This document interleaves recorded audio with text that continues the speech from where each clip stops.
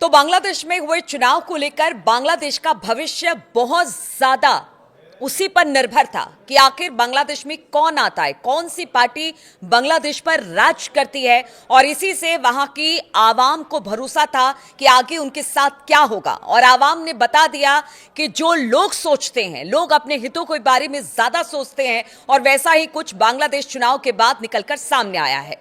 नमस्कार, मैं हूं नीलू। तो बांग्लादेश में जमाते इस्लामी, जिसे अमेरिका ने सीधा समर्थन दिया, वो बुरी तरह से हार गई है। जमात को छात्र नेताओं का समर्थन हासिल था।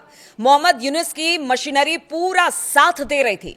फिर भी गुरुवार को हुए चुनाव में कट्टरपंथी पार्टी को 50 सीटों पर पहुंचने के लिए संघर्ष करना पड़ा।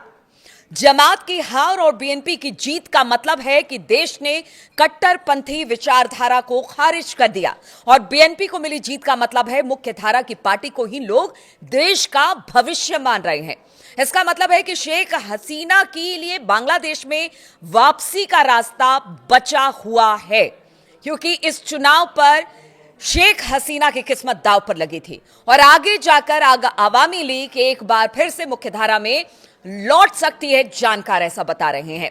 जमाते इस्लामी ने अगस्त 2024 में शेख हसीना की सरकार के पतन के बाद खूब हाथ पैर मारे। मोहम्मद यूनुस ने जमात के तमाम बड़े नेताओं को, जिन पर आतंकवादी घटनाओं में शामिल होने के आरोप थे, उन्हें जेल से रिहा कर दिया। अमेरिकी अधिकारियों ने खुलकर जमात के नेताओं से मुलाकात की। मुस्लिम उम्माह ने भी जमात को विदेशों से फंड पहुंचाया। बावजूद इसके जमात हार गई। नितिन गोखले, जो कि जियो पॉलिटिकल एक्सपर्ट हैं और बहुत सारे ऐसे एक्सपर्ट हैं, उन्होंने बांग्लादेश चुनाव को लेकर 5 अहम बातों का जिक्र किया है। बांग्लादेश में बीएनपी की जीत के मायने क्या हैं, यानी अब इसके बाद क्या बांग्लादेश एक बार फिर से सुरक्षित होगा। जिस तरह की मार काट, खून खराबे पीछे हमने देखा कि देखने को बांग्लादेश में मिले हैं, क्या अब उसके बाद बांग्लादेश में शांति आएगी, विकास की बयार बहेगी। तो बीएनपी की जीत के मायने हम आपको बताते हैं। मुख्य धारा की पार्टी में भरोसा, यानी कि आवामी लीग को चुनाव लड़ने की इजाजत नहीं दी गई थी। ऐसे में बांग्लादेश नेशनलिस्ट पार्टी यानी कि बीएनपी ही एकमात्र मुख्यधारा की पार्टी थी। बीएनपी को बम्पर जीत मिलने का मतलब है कि मुख्यधारा की पार्टी पर ही लोगों को भरोसा है, मध्य मार्गी विचारधारा पर ही देश को विश्वास है, यानी बहुत ज्यादा कट्टर भी नहीं होना चाहते हैं लोग। और यही वजह है कि इस तरह से चुनाव के नतीजे सामने आए। बीएनपी को 300 संसदीय सीटों में से 200 से ज्यादा सीटें मिलने की बात सामने आई है। एग्जैक्ट सीटों का आंकड़ा भी आपको बाद में देंगे, लेकिन कहा यह जा रहा है कि 300 के आसपास सीटें या उससे ज्यादा सीटें आएंगी। महिला वोटर्स ने चुपचाप अपना दमखम दिखाया। जो महिला वोटर्स पिछले कुछ दिनों से डरी सहमी हुई थी क्या होगा बांग्लादेश में, क्योंकि सबसे पहले हमने देखा है कि अगर किसी की आजादी चिंती है तो वो महिलाओं की आजादी चिंती है, अगर कट्टरपंथी देश पर शासन करते हैं। तो महिलाओं ने चुपचाप अपना दमखम दिखाया। वोटर्स ने जमाते इस्लामी के खिलाफ खुलकर मतदान किया। महिला वोटरों के वोटिंग के हिसाब से लग रहा था कि उन्होंने जमात को सत्ता से दूर रहने के लिए वोट डाला। अलग अलग इंडस्ट्री की महिलाओं ने बड़ी संख्या में साफ तौर पर बीएनपी को एक बेहतर विकल्प के तौर पर देखा। बांग्लादेश चुनाव में पश्चिमी देशों की सरकारों और इंटरनेशनल एनजीओज के ग्रुप काफी ज्यादा एक्टिव थे, लेकिन उनकी तमाम कोशिशों के बावजूद मोहम्मद यूनुस अब बेमतलब हो गए हैं। हालांकि अभी तक पता नहीं चल पाया है कि उनके जुलाई चार्टर्ड रेफरेंडम को कितना समर्थन मिला है।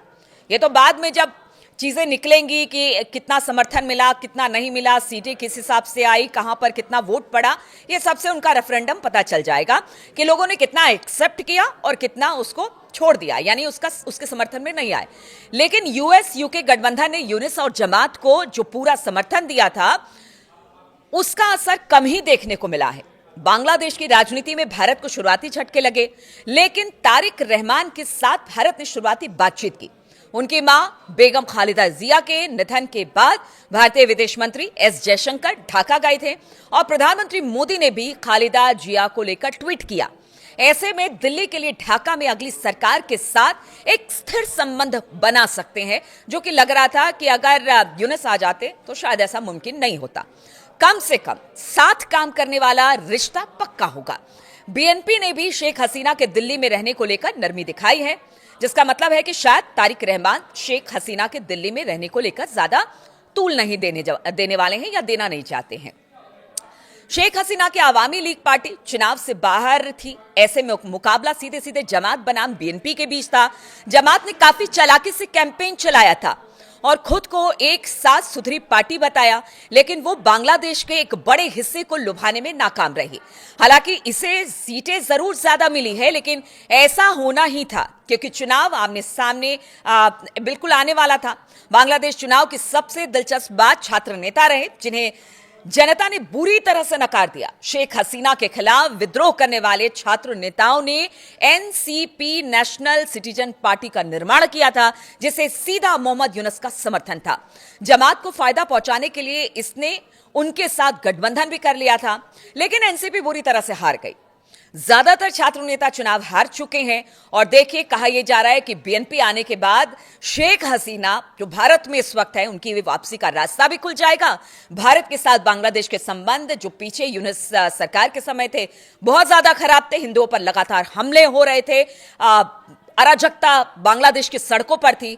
शायद अब यह माना जा रहा है कि बीएनपी के आने के बाद अब हालात बांग्लादेश के बेहतर होंगे और ये वहां के आवाम ने बता दिया है बीएनपी को चुनकर।